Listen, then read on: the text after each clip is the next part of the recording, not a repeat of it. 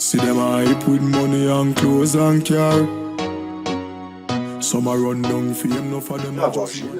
Gilles, je l'ai découvert, il m'a parlé du mien. C'est un mentor, c'est un formateur, c'est quelqu'un qui a de l'expérience, qui lui aussi est tombé, qui lui aussi s'est relevé. Vraiment un exemple. Et ça y est, à tout de suite Gilles. No for them twist up fi bima. What? But no boy can walk by my one way. Me say oh no no nothing. And nobody can make me sell my soul. Come know. Bonjour à tous. Aujourd'hui, comme je vous l'ai dit, on est avec Monsieur Schoenmaker, Gilles de son prénom, le boss. C'est quelqu'un qui m'a formé, donc c'est un mentor. C'est quelqu'un que voilà, j'apprécie beaucoup et je pense qu'on va en apprendre beaucoup. Bonjour monsieur. Bonjour 13. Ouais. Son numéro d'équipe. Oui, bonjour à tous. Content de participer à cette interview. Je suis pas un professionnel de la communication et voilà, mais on va arriver à faire quelque chose. Donc je m'appelle effectivement Gilles Schoenmaker. D'accord. Gérant d'une entreprise de topographie qui s'appelle Int Géo. Voilà, Int comme intérieur et Géo comme géomètre. Voilà. Donc une petite entreprise de 5 personnes en fait, installée à Céris à côté de Disneyland, Paris, avec on va dire une clientèle de géomètres experts, notamment avec beaucoup de petits intermédiaires aussi. On est complémentaires dans le travail en fait. Voilà, on ne se marche pas sur les pieds. On ne fait pas du tout le même travail. Moi, j'ai centralisé mon activité sur de l'intérieur et la spécialité principale, c'est tous les types de surfaces, les différents types de surfaces. Surface SHO, les surfaces utiles, des choses comme ça, où on a une vraie spécialité là-dessus, sur des interventions très courtes, sur du gros volume, voilà. Mon parcours professionnel, c'est un BEP-CAP en 86, ça ne nous rajeunit pas. BAP-CAP. Ouais, le bac, ils m'ont refusé le bac parce que j'avais un très mauvais niveau d'anglais, malgré mes 19 en topo et mes 20 en maths. Donc je suis sorti du circuit scolaire. Donc à 17 ans, je suis rentré dans le monde du travail comme assistant opérateur. À 17 ans. Exact. D'accord. Et voilà. donc opérateur, assistant opérateur. Assistant. Oui, c'est vrai qu'avant les équipes c'était 3. C'était 3, voilà. Un assistant, un opérateur et un technicien. Voilà, je faisais une petite année, service militaire, géomètre. Voilà, sergent à la finale, et puis retour à la vie civile, recherche du travail dans mon ancien cabinet, et là j'étais devenu opérateur. Attention. Voilà, avec un salaire, il me donnait la moitié d'une banane, et j'avais demandé une augmentation, il m'a donné une deuxième tranche de banane. J'ai dit c'est pas possible, j'étais en contrat, il y avait déjà des contrats en fait pour aider les jeunes à rentrer dans le monde du travail en fait, mais on était payé, je sais pas, l'équivalent à l'époque c'était 800 francs, j'ose même pas le convertir en euros. Donc j'ai été, je suis parti travailler à Paris en fait, me spécialiser un peu dans les intérieurs en tant qu'opérateur en fait, en assistant ça a bougé. Voilà. C'est pas grave. Et, mais je suis peut-être plus dans le cadre, il a vraiment bougé. Regarde. C'est la mascotte, hein, le petit boxer. Ouais. Voilà. Mais si, c'est bon. Allez. Et donc voilà, et j'ai fait ma spécialité là, où à l'époque les distancemètres n'existaient pas, l'électronique n'existait pas. Donc tout à la main. Tout à la main, à la chaîne en fait, dans du particulier, des entreprises, du gros volume, et je passais mes journées en fait, et là j'ai appris à faire des croquis d'intérieur, et à prendre des cotes, à savoir quelle cote prendre. Et j'ai fait ça une année. Moi à l'époque je voulais pas rester à gagner 800 francs par mois. Donc voilà, et à Paris je gagnais un peu mieux. Mais c'est vrai que si on cumule les heures que tu passes et tout, mais c'est pas ce que j'étais parti chercher. J'étais parti chercher. Tu avais déjà envie de monter ta boîte déjà à cette époque ou... J'ai toujours été. Je me rendais pas compte que c'était de monter sa boîte. Pour moi, là, j'étais encore quelqu'un qui donnait des cotes et j'aimais pas travailler avec des gens qui avaient pas de compétences en fait. Déjà, je m'en suis vite rendu compte. Donc j'étais un peu le gars. Si le technicien était pas terrible, en fait, je le laissais un peu de côté. Je faisais le taf et puis lui, après, devant le boss, il disait que c'était lui qui l'avait fait. Ça me gênait pas trop. Moi, je m'ennuyais un peu sinon sur les chantiers entre le gars qui fait le croquis pendant une demi-journée et après tu passes une demi-journée à prendre des cotes. Donc en déjà tu t'investissais déjà plus que... Ouais, mais c'était naturel en fait. Parce que je suis pas habitué à rien faire en fait. Du coup, tu peux pas rester à attendre que le gars il fasse un croquis puis après tu annonces des cotes. Donc, je faisais mes croquis, je prenais toutes les cotes sur mes croquis. Après on s'asseyait, je lui annonçais toutes les cotes dans le sens des aiguilles d'une montre, tout ce que j'avais pris, il n'y avait plus rien à faire. Et ensuite je suis parti à Paris, et à Paris je suis arrivé dans un cabinet où je leur ai dit voilà, je vais me mettre à mon compte, est-ce que vous me travailler avec moi. Et ils m'ont dit, bah, on vous connaît pas, on va pas travailler avec vous. J'ai dit, bah, embauchez-moi, vous allez me connaître. Et j'ai travaillé avec ce gros cabinet pendant 8 ans, 6 ans, c'est 8 ans. Comme salarié, et j'avais bon, je travaillais super bien, enfin voilà, enfin moi j'étais, et je savais. Ouais, non, j'étais très à l'aise dans ce cabinet-là. Par contre, très gauche en dessin. Hein, et après, l'ordinateur est arrivé, parce que je suis gaucher. Et quand l'ordinateur est arrivé, je dis. C'est la révolution. C'est super. L'ordinateur m'a permis, en fait, de pouvoir aller déjà. Je vais pas te le dire, mais on voit ça sur tes croquis. Avant, je faisais, mais mes croquis, j'ai toujours fait des croquis moches pour que les dessinateurs puissent jamais dessiner mes croquis, en fait. Et comme ça me permettait de garder la main sur l'informatique. Si tu es très très bon en croquis dans les cabinets, et tu finis, tu fais que du terrain. Ils vont te dissocier avec la partie informatique. Ah ouais, donc j'avais pris le coup de faire des croquis, alors j'étais très rapide sur le terrain. Tu peux enlever cette habitude de... C'est bon là, si tu peux... Ouais, bon, enfin bref. Et donc, bon, c'était comme ça, et à la finale, j'ai réussi à me mettre du coup sur AutoCAD. À l'époque, c'était sur du DOS. Et j'ai dit là, il y a une opportunité parce qu'en fait, je suis complet. Je sais faire le terrain et je sais faire l'informatique. Bon, j'ai arrêté et j'ai été pris comme chef de brigade dans un cabinet de géomètre. En fait, comme pas chef de brigade, autant pour moi, j'étais le second en fait, le principal. Voilà. J'ai fait mes 3 mois. J'ai vu que la qualité n'était pas celle que j'attendais. Donc tu as dit on est mieux servi que personnel. J'ai été donc j'ai monté ma société à partir de ça, c'était en 98. J'ai travaillé tout seul une année, j'ai embauché mon premier salarié au bout de 2 ans, d'un an. Après on est monté à 5, on est monté à 15, à 18, on est redescendu à 14. Et j'ai été attaqué au prud'homme. Voilà. Bienvenue au club. C'est ça, les fameux prud'hommes qui sont intransigeants, mais ça se passe, voilà. Bon, qui sont là pour protéger les salariés. Voilà, donc j'ai fermé ma boîte et j'ai licencié 13 personnes. Et j'ai fait de la formation professionnelle en disant, bon voilà, et là j'ai formé des jeunes, pas forcément des jeunes, des gens en reconversion professionnelle. C'était une formation de 9 mois qui se passait avec des gens de tout horizon, de tout âge, en fait, qui avaient un certain niveau pour pouvoir assimiler tout ce qui était topographie, des gens qui aimaient bien aussi être sur le terrain, des gens qui cherchaient un autre métier en fait. Ou des gens qui avaient déjà dans le métier et qui voulaient se perfectionner en fait. Ah, ça c'est mon profil ça. Ouais, c'est ton profil. Il y en avait très peu, mais voilà, donc c'était une formation on était 3 formateurs ou 2 formateurs à une époque, très intense, très sympa. Et j'ai découvert en fait la relation formateur-stagiaire, qui est une relation qui n'a rien à voir avec la relation chef d'entreprise-salarié, qui est une relation très compliquée à gérer. Et j'ai fait ça 6 ans. C'était bien, j'avais 6 ans quand même, 2009-2015. Et j'ai créé ma société actuelle en 2010 où, 2010. Mais entre-temps, 2012, je crois. Ouais, quand on arrête par exemple 5 ans, tu étais sorti du réseau, comment t'as fait après 6 ans pour redémarrer une société Mais en fait, on est un peu endetté quand on ferme une entreprise. Donc du coup, j'étais surendetté, je crois 200 000 euros, quelque chose comme ça, là, sur les conseils de mes avocats et de mon comptable. Hein, et d'un seul coup, ils disent non, c'est bon, vous pouvez y aller, laissez-vous fermer comme ça, il n'y a rien. Sauf que 200 000 quand même. Donc là, j'étais... 200 000 200 000. 200 000, on parle pas de roupies. On parle pas de francs non plus, hein. C'était bien des euros là pour le coup. Ok. Et donc j'avais 2 solutions, c'est je baisse les bras, j'arrête tout, et voilà, moi je suis un passionné de mon travail, donc j'ai dit... Attends, excuse-moi, mais je vais rester dessus, parce que quand même, tu es endetté de 200 000 euros. Ouais. Ça veut dire que même en étant formateur, tu as 200 000 euros de dette à couvrir ou... Alors, moi quand ma boîte a commencé à craquer, en fait, j'étais déjà parti à faire de la formation professionnelle et j'avais délayé en fait à mon travail. Ça commençait à partir un peu en sucette. Donc ce que j'ai fait, c'est que j'ai vu que financièrement c'était pas top. Donc j'ai demandé un tiers-temps à mon employeur, ça a été accepté. Et le temps que j'avais, je partais sur les chantiers et tout pour que ma boîte elle se stabilise sur les conseils de mon comptable et de mon avocat. Quand ça s'est stabilisé, il faut quand même que quand tu lâches une entreprise, moi j'avais perdu au prud'homme 60 000 euros et je voulais pas les donner, il était hors de question. Pour moi c'est inconcevable de donner 60 000 euros à des gens qui m'ont eu en fait, hein, sur des faux comptes, sur des trucs de maladie, ils m'ont tout fait. Notamment le contrat nouvelle embauche. J'avais un contrat nouvelle embauche, 2 ans de période d'essai.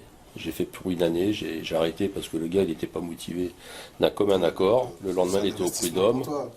Le lendemain, le gars est au prud'homme et le lendemain, il m'attaque et il gagne 30 000 euros. Et moi, c'est inconcevable, donc j'ai fait appel. Ça m'a laissé une année pour me retourner, donc j'ai essayé de stabiliser tous les comptes de l'entreprise. Mais malgré tout, j'étais endetté parce qu'il y a beaucoup de matériel que j'avais acheté à mon nom propre. Ah oui. Et donc, ils ont été saisis. Donc, il a fallu que je me débrouille pour les vendre. Donc, je les ai rachetés moi.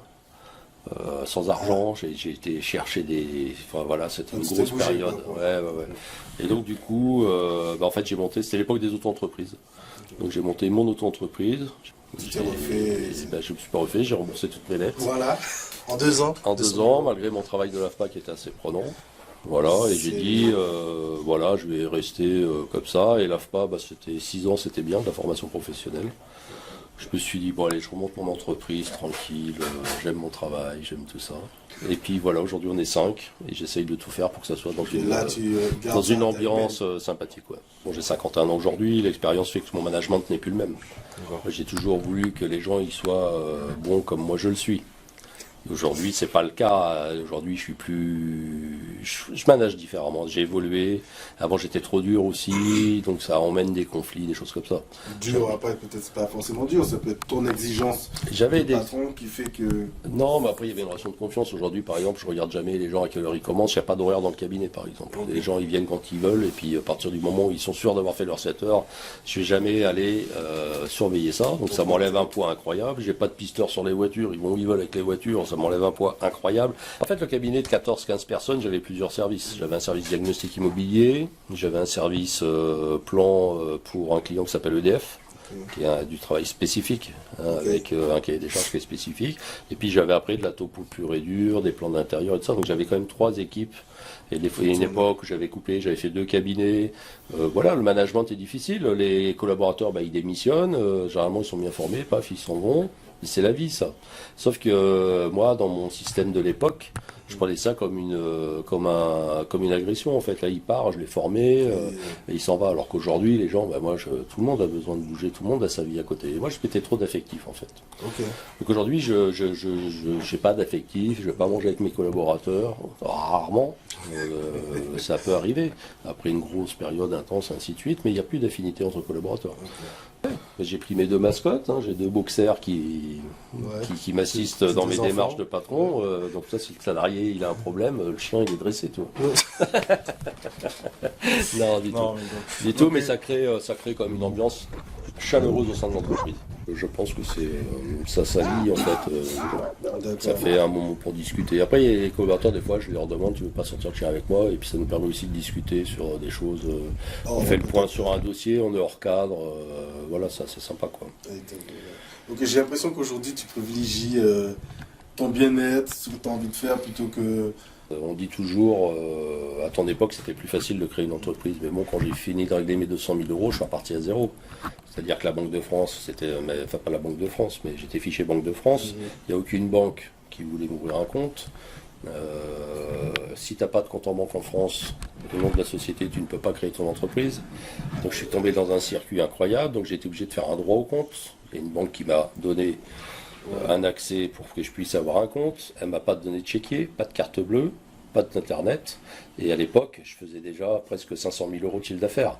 Parce que je faisais travailler, j'avais gardé certains clients et je faisais travailler plein d'entreprises. Et c'était au bout d'1 an qu'il a fallu que je réclame. Ils m'ont dit non, donc j'ai été obligé de les menacer pour qu'ils me donnent un compte internet. À l'époque où Sarkozy, je crois, qui était au pouvoir, avait dit, tous ces gens qu'on fiche Banque de France, qui ont eu des sociétés et qui ont été dans le rouge à un moment donné pour des raisons diverses et variées, ces gens-là, c'était des entrepreneurs et même après ça, ils ont envie d'entreprendre.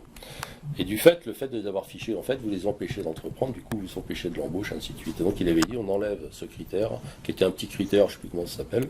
Donc, ils l'ont enlevé, et quand j'étais voir mon banquier, il me dit, ah ouais, mais nous, on sait que vous l'avez. Je dis, ouais, mais là, vous jouez pas le jeu, là. Écoutez, vous me mettez par écrit. Là, je suis reparti à zéro avec tout ce qui engendre. Après, voilà, il faut croire en sa force. En fait, que tu as développé c'est quelque chose que tu as développé, parce que quand même, tu aurais pu dire, moi, je reprends mon petit boulot.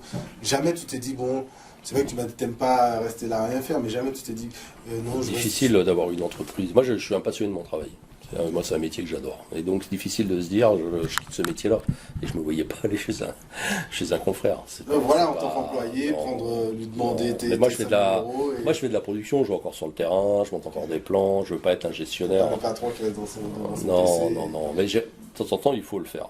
Et c'est très difficile aujourd'hui, parce que 5 personnes, c'est la phase où il faut quand même coacher, il faut quand même avoir des dossiers, il faut quand même se déplacer, il faut quand même les faire, les réaliser, et voilà. Bon, pour l'instant, ça va. Après, j'ai beaucoup de stress au moment des livraisons des dossiers, en fait. Ça restera un stress. Pour respecter les délais. Les délais, faire un bon planning et avoir les gens compétents pour l'exigence que j'ai. Si j'existe, parce que je suis exigeant dans le travail et que la qualité que j'amène, en fait, les gens C'est pour ça qu'ils continuent à me faire travailler. Ouais.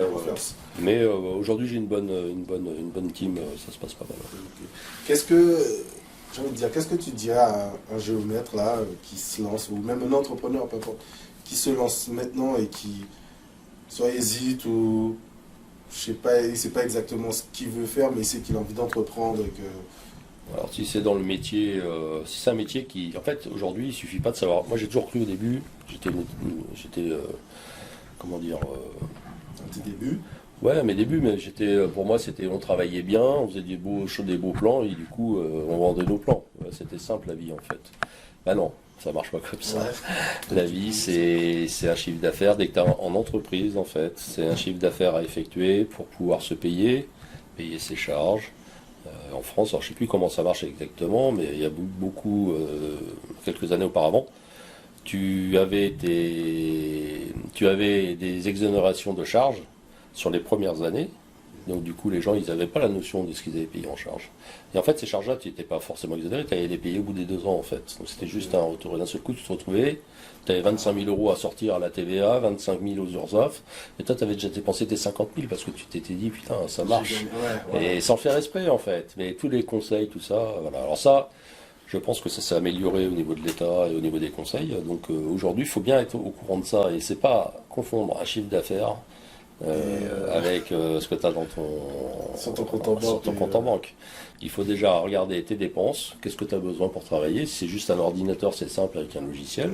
Combien tu vas vendre ton produit, combien tu es capable d'avoir de clients et y aller, on va dire tranquillement, pas exploser tout de suite en masse salariale, et choses comme ça. Ouais. Les salaires, c'est très très dur, c'est ce qui charge tout le monde, mais ça marche. Malgré tout, il y a des gens qui y arrivent, et ainsi de suite, mais il ne faut pas faire ça pour faire un business. Tu peux pas monter ton entreprise en disant ça y est, c'est autant être salarié dans une entreprise et faire faire son taf et éventuellement être trader ou des choses comme ça. Mais quand tu montes ta boîte, tu vends un produit en fait. Et à toi de le vendre bien, au prix du marché, et il y a quand même, on est dans un secteur où il y a beaucoup de marché. Vous avez entendu? Donc voilà, avant de monter sa société, bien réfléchir, la mûrir en fait, quelque part. Ouais. Avoir un vrai projet, Allez voir un comptable aussi. Un comptable, c'est la personne qui va vous déclarez vos charges, vos trucs ou machin, il a un vrai œil sur une entreprise en fait. Donc c'est pas si vous annoncez avec un comptable, moi je l'avais fait en fait, à l'époque la banque m'avait demandé un prévisionnel de trésorerie. Et ça, le prévisionnel de trésorerie, c'est à mon avis, c'est un vrai sens. Il faut pas le tricher quoi, il faut vraiment être dans du réel. Faut pas se dire je le fais pour avoir les subventions, je le fais pour avoir. Ouais, ou pour avoir simplement un accès quelque part. Voilà. D'accord. Et encore une fois, très fier d'avoir commencé par des bases et d'arriver aujourd'hui sur notre cadre, et avec encore aujourd'hui l'ambition de mettre en place du BIM au sein de l'entreprise. Donc toujours évoluer, de toute façon, il faut... Ouais, là on a évolué sur le scanner il y a 2 ans, le scanner 3D, avec des bons logiciels, avec à mon avis quelque chose qui se rapprochait vraiment de quelque chose de précis qui n'était pas le cas à l'époque. Donc là on est devenu très bien en 2D, et là on va attaquer le BIM tranquillement. D'accord, voilà. C'est bon, ça, on reviendra te voir. Avec plaisir, dans 4 mois. Dans 4 mois, ok. Je sais pas ce qu'il y a dans 4 mois, mais... Non, mais vous pouvez pas comprendre, mais c'est entre nous. Merci Gilles. Merci, de toute façon on reviendra te voir. Explorateur entrepreneur, je sais pas, vous avez noté un peu, voir si ça vous a appris certaines choses. Et puis, je vous dis à très bientôt et avancez en fait. Si on se tombe, on se relève, comme vous l'avez dit. 200 000 € en 2 ans. C'est faisable. Et puis... quelque part, voilà, on s'en sort toujours. On s'en sort. Bon. La santé en premier. See them hype with money and clothes and car. Some a run down fame, enough of them a just wanna be star. Nah grudge them cause me have my life.